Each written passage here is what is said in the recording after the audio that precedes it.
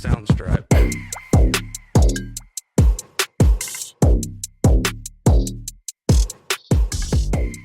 Hey cousins, thank you for tuning in to Lyfe Happens Podcast with your favorite cousin Keisha, of course. And joining me today is my sister-in-law Sheila Harris. Hello. Okay, so this episode is episode 4. Let's go. Come on, we're gonna, like I said, 2024, we're rolling them in.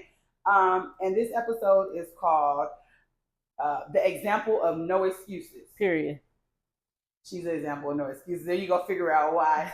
Sheila, tell us a little bit about yourself. Okay, so I'm from Denver, Colorado. Originally, I've been living in Phoenix for 8 years. I am 39 years old. I have 2 kids, and I had my first one when I was 15, actually, and then the second one when I was 20.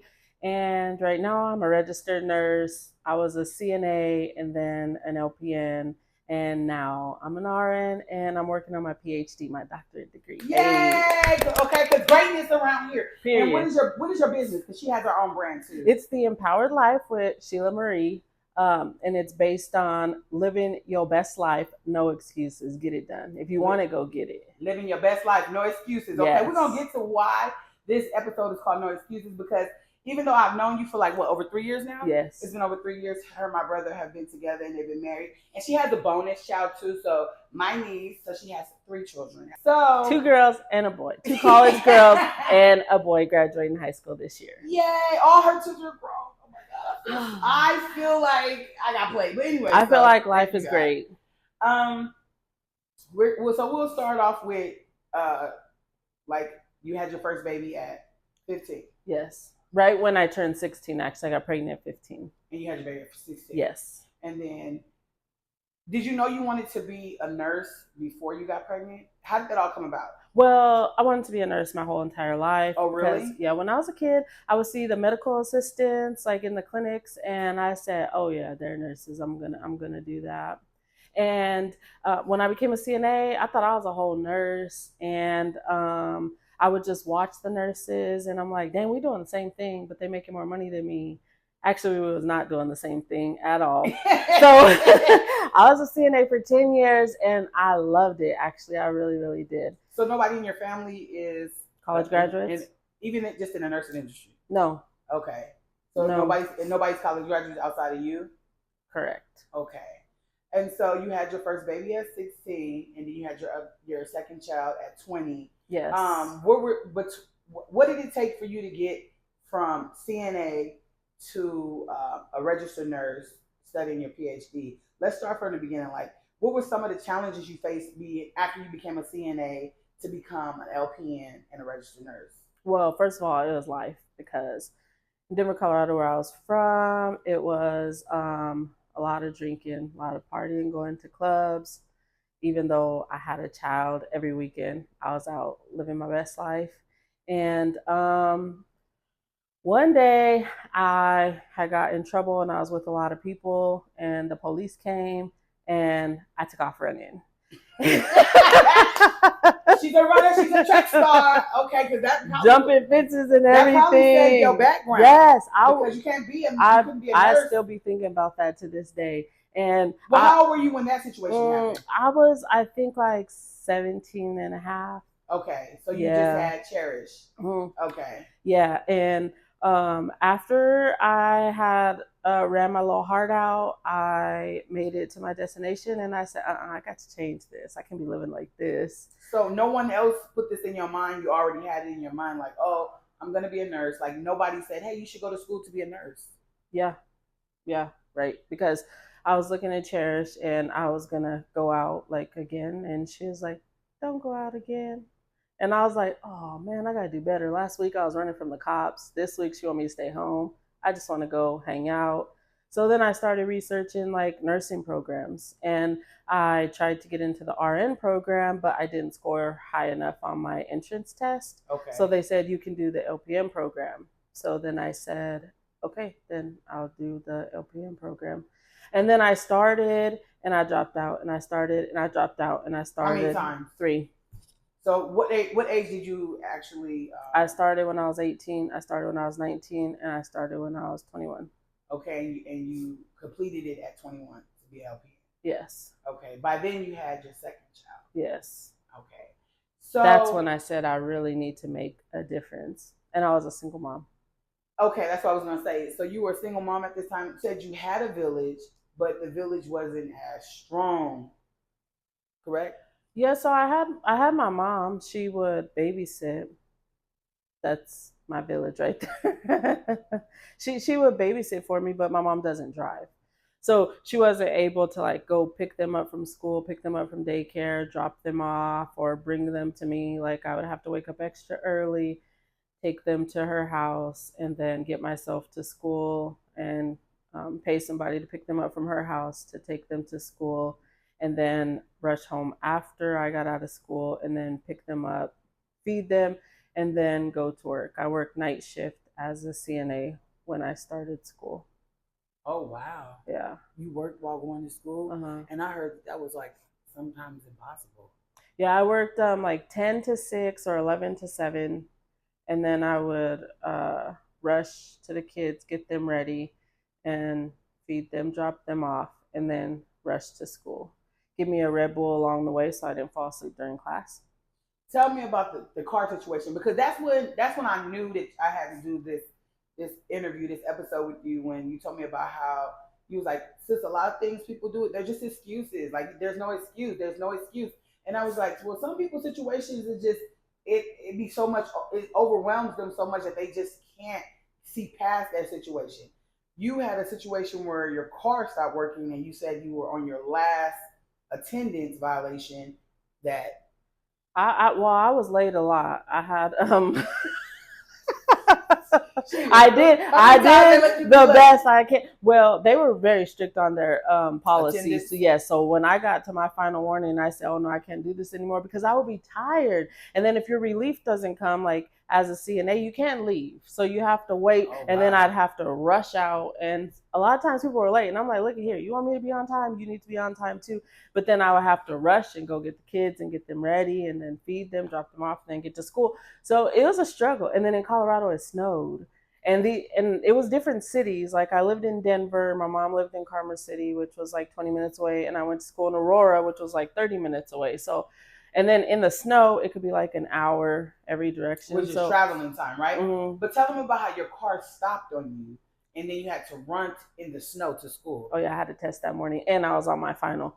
So after I dropped the kids off, I was on my way to school and I was maybe like 7 blocks from school. And it just start, and I said, oh man, not today. So I pulled over and I had like 15 minutes, 20 minutes or something. And I got out and I was looking around, called myself trying to be a mechanic, which I know nothing about cars. And I said, this ain't gonna work. So I grabbed my backpack, locked up the car, and I took off running to school, 6 blocks with my backpack. And did you make it on time, Sheila? I fell. You fell? I fell. And I looked around, see if anybody saw me, and I got me kept on. No, but Sheila, I made it with 2 minutes to spare. 2 minutes to spare. You ran 7. You said 6 or 7 blocks. Yeah, 6 blocks. It was about 6 blocks. You ran 6 blocks, fell down, and imagine someone else in your position, as tired as you are working, being a single mom. Just you going to 3 different cities in one day, and they fall. They would have stayed down. What made you get back up, Sheila? I have kids. I don't have a choice. But some people, that's not enough. You know how? But why? Your kids ain't enough? Don't you want to give them a better life? Like a life that you never had? Like I wanted my kids to have the opportunity to go to college debt free. I want to be able to buy my kids cars when they graduate high school. I want to be able to give them $10,000 when they're ready to buy their first house. Like, here's your down payment. So your why was greater than yourself. It has to be. But and I ain't gonna lie to you, I struggle, and as much as I want to give Ash, it's still like a struggle. It's still a pull. It's like, why I feel sometimes that I'm failing him because I value him like you know what I'm saying? Ash is me. You see me, you see him. If you don't, it's like rare, right? But how do you keep that same like momentum? Like he's my why. Like you just didn't give up. You fell and got back up and went. I fell a whole bunch of times, but I would write it on a sheet of paper and then I would put it on the refrigerator. like on a To magnet. remind So yourself? every time I was walking by, I would put it on the mirror in the bathroom. I would put it behind the door in my bedroom because I wanted to see it all the time. And then my binder, remember the binders that we used to have for school? And Yeah. I wrote it in the paper and I And you slid it in into there. between the And little then plastic piece. in the front. So every time I pulled it out, I saw them. There was a picture of them, and then there was a letter that my daughter wrote me, and I put that in the front, and I put, "This is why." Okay. And you actually do the same thing too. It is hard. Like, I'm not gonna say it's not hard, but when you think like that, like the way that you're thinking, it keeps you motivated. It keeps you hungry. That's why you keep going. I feel, and can I be honest with you? I feel like this is the first year that I told myself, like, there's no stopping me. Mm-hmm. Like, no matter what the sacrifice is. Period. No point. Excuses. No excuses. Okay, so now you're an LPN, right? Uh-huh. And what are some of the challenges you face as from becoming an LPN to an RN?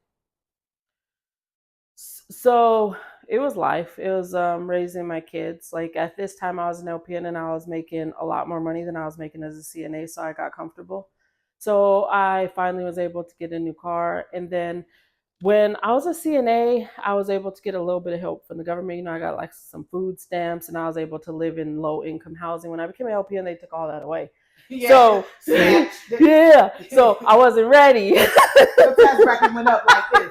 And honey, they don't. I wasn't ready. They was gonna make sure you didn't make enough to get you made it. It's not fair. Yeah, it's not fair because, like, when you're not making nothing, you get all the help. When you're making a lot of money, you get a lot of help. You get a lot of tax breaks. When you're in that little tiny bracket, you don't get nothing. No, since I heard someone say you either want to be rich or poor. It's because being in the middle. That's where they the get all their place to be. Yeah, they're sucking us to give to the poor. They're sucking us to give to the rich. I mean the rich and then the poor.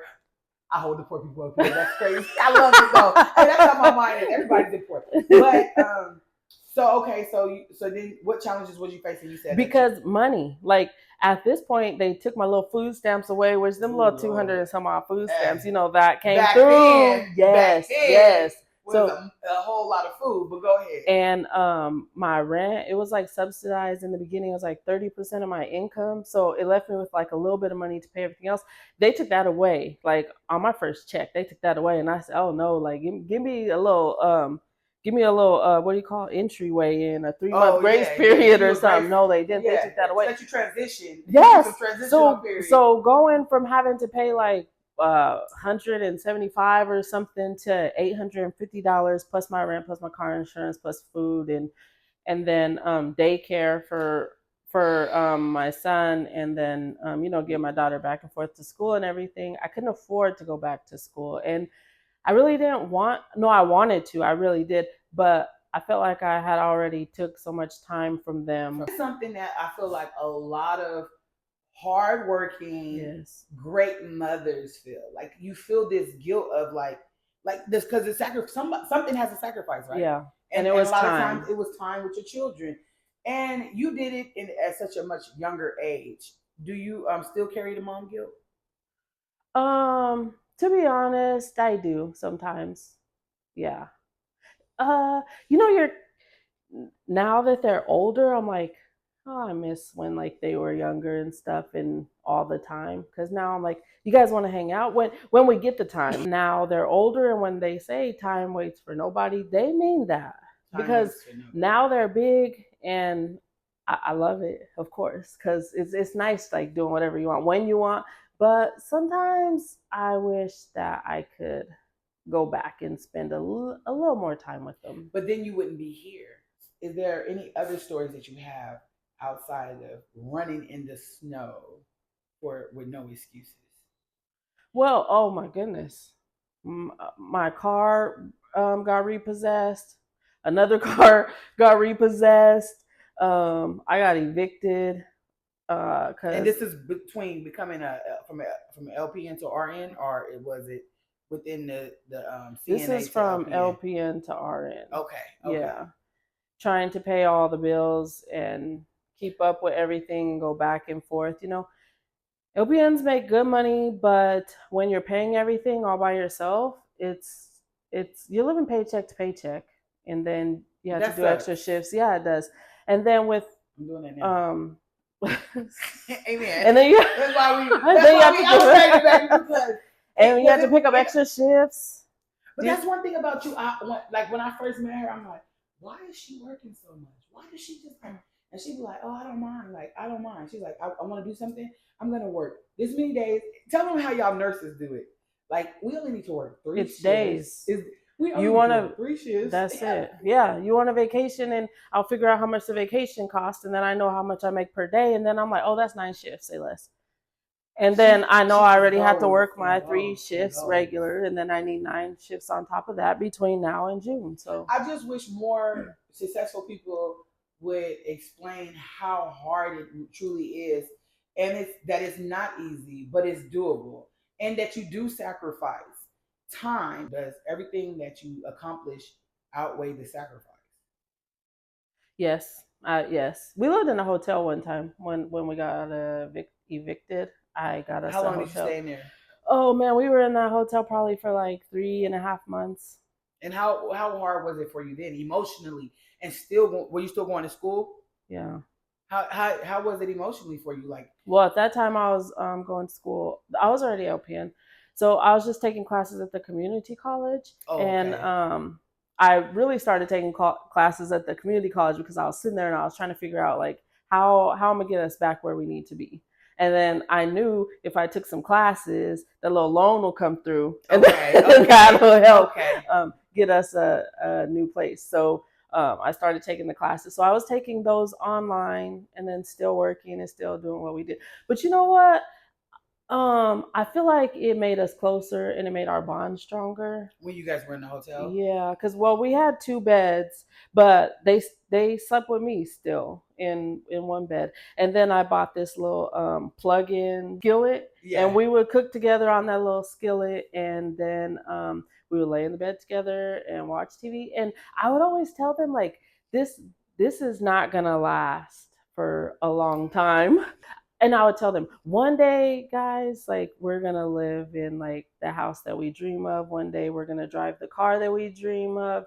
One day we're gonna be going on vacations. And I would tell them like, when you go to college, I'm gonna pay for it. And when you graduate high school, I'm gonna get you a car. And then I would ask them like, what kind of car do you want? What kind of house do you want? And like like now when I look back, I'm like, damn, that was a struggle. But at that moment, it didn't seem like a struggle. It just seemed like something that we was going through. But life happens. That's why my podcast is called Life Happens, because it really do happen to everyday important people. Like, just imagine if I'm gonna go back to the snow. If you stayed down and cried, because I'm gonna be honest with you, if it had been me, I'd have gave up.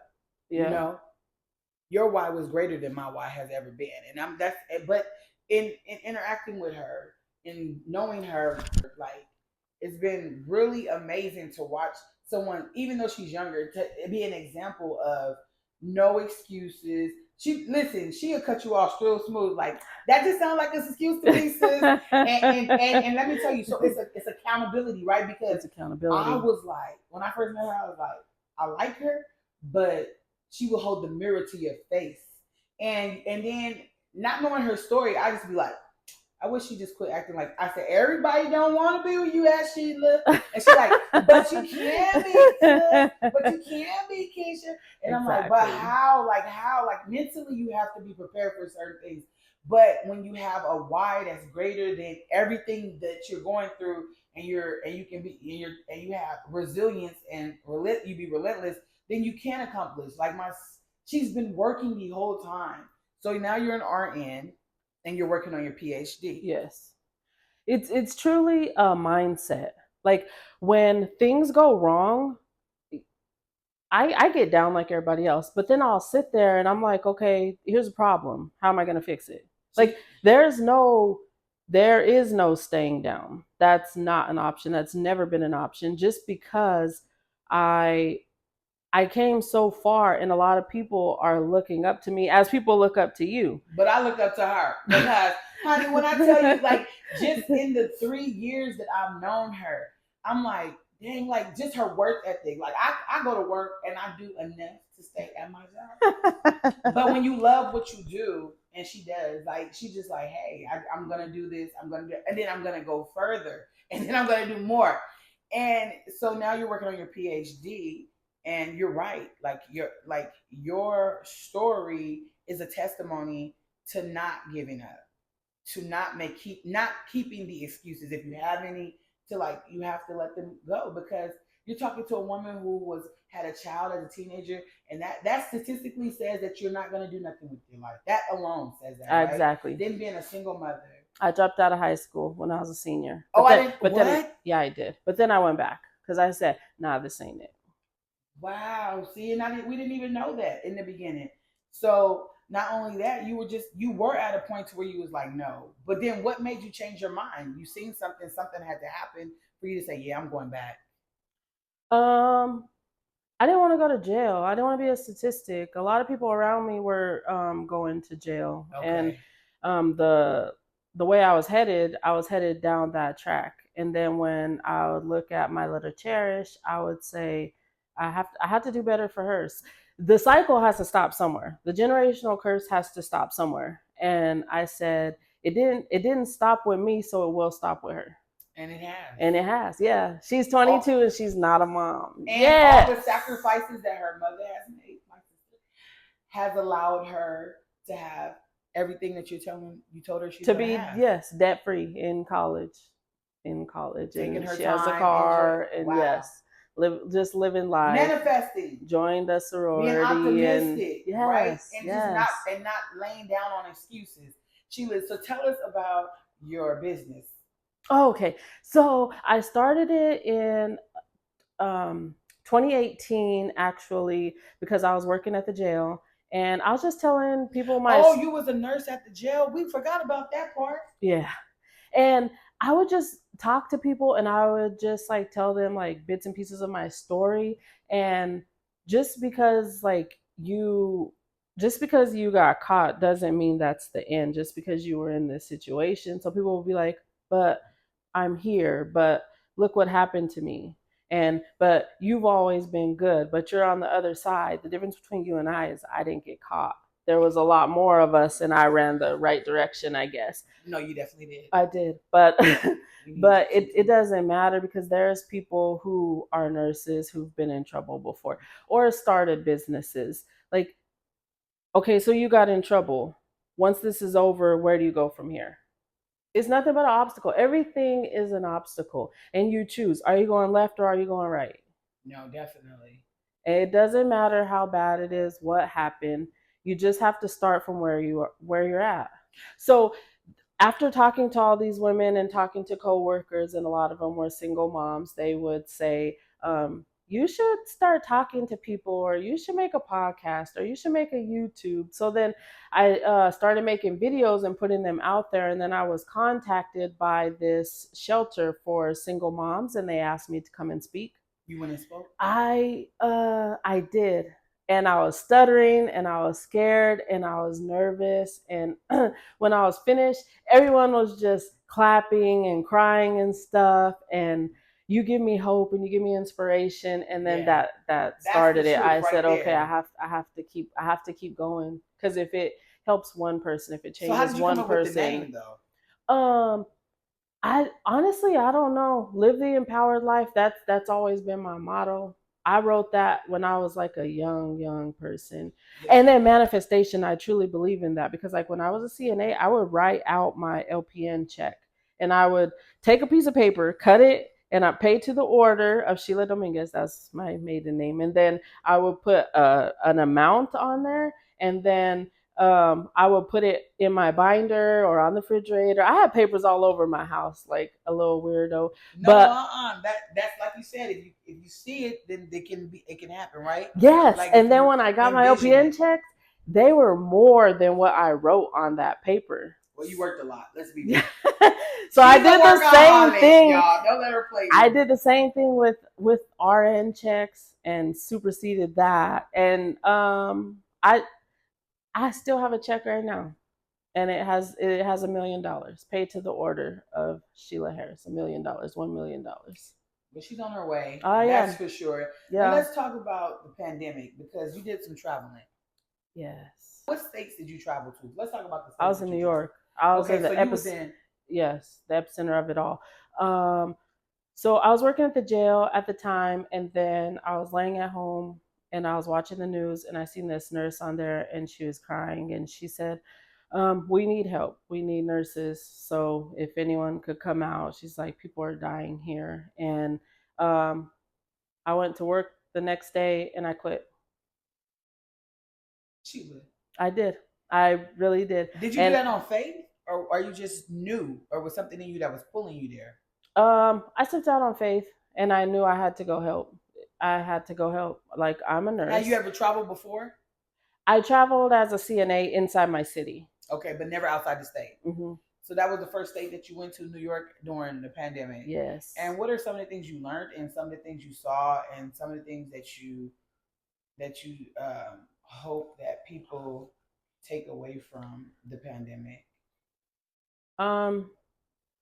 To love people. You don't know what people are going through, and the pandemic was the worst thing I've ever seen in my life. As a nurse, how many years have you been a nurse altogether? 13, about 14, almost 14. Okay. People were dying, and their family couldn't be there. That's hard. That was hard. We had to call them on FaceTime so that they could say goodbye, and it was happening over and over again, and there were more deaths than the mortuaries could hold, or it was horrible. It was a very horrible experience, but just to see everyone come together and love each other. And you talking about the nurses? I'm talking about like everybody, like when we would come in for our shifts, people would be in their apartments, or because it was in New York, you know how they have like high rises. As we was coming in, people would be out there, windows clapping, and just making us feel good about going in, because it was scary. It's really scary going in. Were you scared? Heck yeah, I was scared. Yes, I prayed. What made you keep going back every day? Faith. I have faith, and I knew we had to get the pandemic under control, and I knew it was going to take all of us working together, because I wanted a world to still be here for my kids. Okay, so you did your part. Yeah. The pandemic was very challenging mentally, right? And then you went in there every day. How long did you stay out there in New York? I was in New York for 5 months. Yeah. It was, I would cry every day pretty much, yeah. But it's weird because like at work I was strong. Like my coworkers would be crying, and I can be like patting people. We had all our gear on and stuff, and I could be like hugging people, patting people, like go take a break, get you some ice or something, because we couldn't do much without our PPE on, and you don't want to be by anybody without your PPE on. So, but then. And then people would say, like, I don't know how you just do it, like how you just cut off your emotions. Honestly, now I don't know how I did it either. I just knew if you were having a hard day, I had to keep it up for you. Yeah, you're a leader. That's for sure. Yeah. And it seems like it's natural for you for it to kick in. That's why it be tickling me, because every time we come around, she's like, so when are you going back to school? I'm like, guys, I'll have to push me back to school at this point, sis. And then at night I'd be like, God, please get my sister back in school. But the truth is, when I went to school, I didn't know what I wanted to be. Like, I just went mainly because I was like cute, and I had lost a lot of weight. Period. And I was like, I want to go to college now.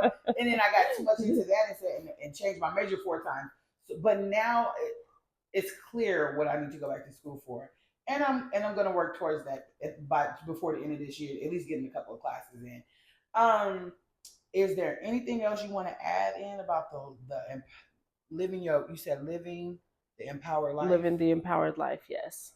So I started that before the pandemic, and then of course during the pandemic I wasn't able to speak anymore because everything was shut down. So I would just make videos about it, but I really want to get back out there and go back to the teen mom shelters and the single mom shelters, because that's where my passion is. That's where my heart is. Yeah, your story will empower and it will motivate a lot of young women, or just women, period, even older women that seem to think that like life is done for them, or they don't, or they've capped out, or they just can't see themselves. But you have such a spirit where it is so motivating.